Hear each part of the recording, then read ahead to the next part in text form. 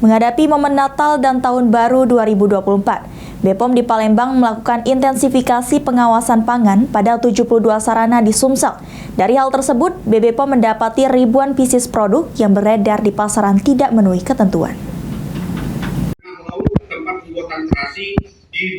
Menghadapi momen Natal dan Tahun Baru 2024, BPOM melakukan intensifikasi pengawasan pangan secara serentak di seluruh Indonesia oleh 76 unit pelaksanaan teknis yang menargetkan sarana peredaran pangan olahan, gudang importir, distributor, retail, dan e-commerce yang tanpa izin edar, rusak, dan kadaluarsa.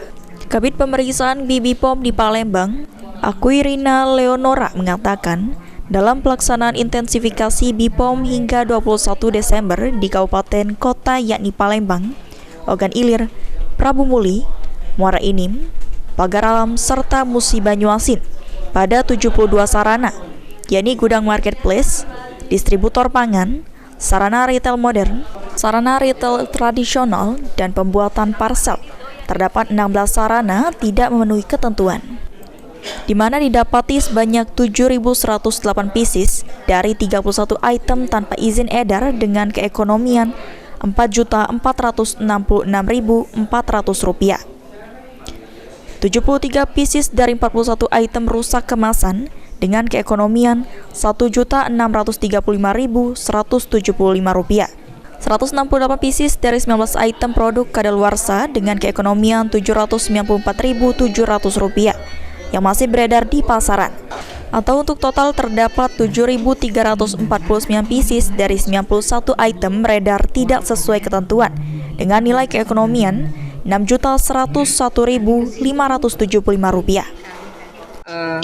Melakukan pemeriksaan tadi di 72 sarana.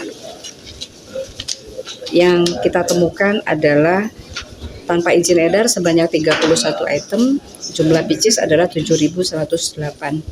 Rusak kemasan kita temuan 41 item, jumlah piecesnya ada 73, dan ED atau kadaluarsa sebanyak 19 item, 168 pieces dengan total nilai keekonomian adalah Rp6.101.875. Nah, tentu saja pengawasan Nataru ini untuk momen menjelang Hari Raya Keagamaan sama seperti Hari Raya Idul Fitri.